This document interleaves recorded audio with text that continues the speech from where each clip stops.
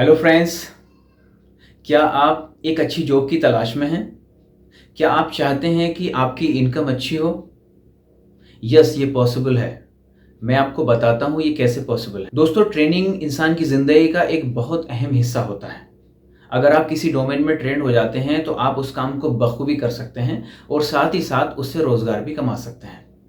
इसी को ध्यान में रखते हुए भारत के प्रधानमंत्री माननीय नरेंद्र मोदी जी ने 15 जुलाई सन 2015 को पीएमकेवीवाई यानी प्रधानमंत्री कौशल विकास योजना की शुरुआत की, जिसको अमली जामा पहनाने का काम एनएसडीसी ने किया। इसका मकसद था कि जो 18 से 35 साल के जो नौजवान हैं उनको अलग अलग डोमेन में ट्रेंड किया जाए, जैसे इलेक्ट्रॉनिक्स हो सकता है, हार्डवेयर हो सकता है, या फूड प्रोसेसिंग हो सकता है, हैंडीक्राफ्ट हो सकता है, या इसके अलावा बहुत से टेक्निकल फील्ड्स में लोगों को फ्री ऑफ कॉस्ट ट्रेन किया गया और उनको रोजगार के अवसर प्रदान किए गए।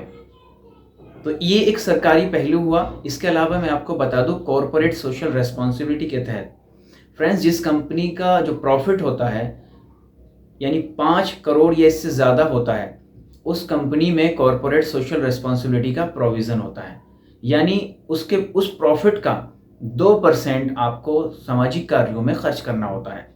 इसके तहत भी बहुत से वोकेशनल ट्रेनिंग सेंटर चलाए जा रहे हैं, जिसके तहत लोगों को अलग अलग डोमेन में ट्रेन किया जाता है, जैसे customer relationship and sales, digital marketing, banking, या टेली एसी रेफ्रिजरेशन का कोर्स हो सकता है।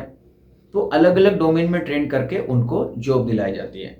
एक एग्जांपल के तौर पे हम बात कर सकते हैं टेक महिंद्रा फाउंडेशन की।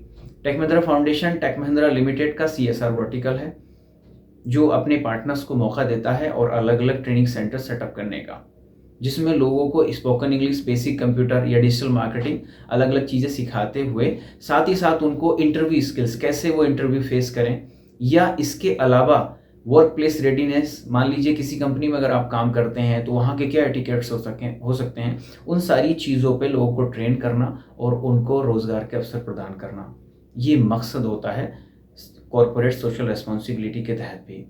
साथ ही साथ अगर मान लीजिए किसी ने 12th किया है या ग्रेजुएशन किया है या आपने 10th ही किया और आपकी उम्र 18 साल है, तो आप कहीं पर भी स्पोकन इंग्लिश या बेसिक कंप्यूटर सीख कर एक अच्छी जॉब पा सकते हैं।